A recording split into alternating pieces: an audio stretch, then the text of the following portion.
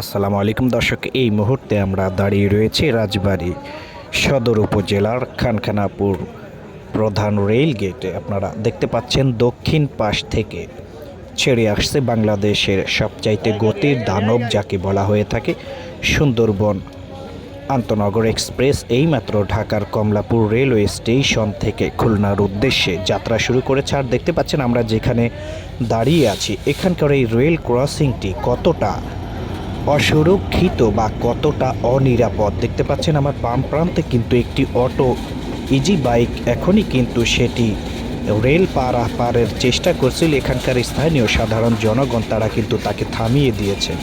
দেখতে পাচ্ছেন এখানকার গুরুত্বপূর্ণ একটি জায়গা কতটা অসুরক্ষিত। আমি জানি না কেন Bangladesh rail company, Bangladesh government কেন এই জায়গাটিকে নিরাপদ দিচ্ছেন না।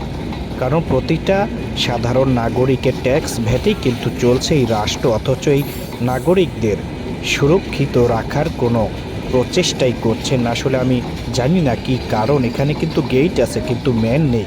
কতটা গুরুত্বপূর্ণ একটি স্থান, অথচ এখানে নেই কোনো নিরাপত্তার সুব্যবস্থা। চলে গেল খুলনার উদ্দেশ্যে সুন্দরবন আন্তনগর এক্সপ্রেস।